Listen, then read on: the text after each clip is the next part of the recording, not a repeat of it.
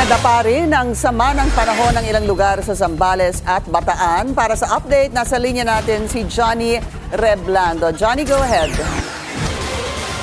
Hindi na muna madaanan ng maliit na sasakyan mula sa kaninang umaga ang National Highway sa Barangay Binuklutan, Butolan, Zambales dahil sa pagtaas ng tubig baha dulot ng tuloy-tuloy na pagulan.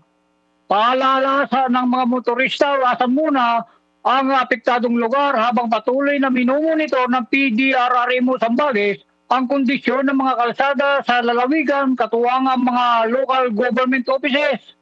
Sa Bataan, lubog sa baha ang ilang pangunahing bahagi ng Roman Highway, partikular sa Barangay Cabcaben at Barangay Townsite sa Maribeles.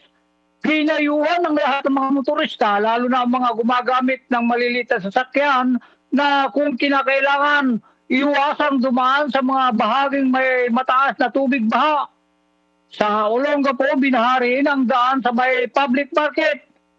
Ipinakita naman na sa Facebook post ng PNP Highway Patrol Group Region 3 ang ilang lugar kung saan may mga naitalang landslide.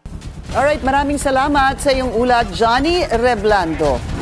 Mag-follow sa aming mga social media accounts at mag-subscribe sa aming YouTube channel para sa pinakahuli at eksklusibong mga balita.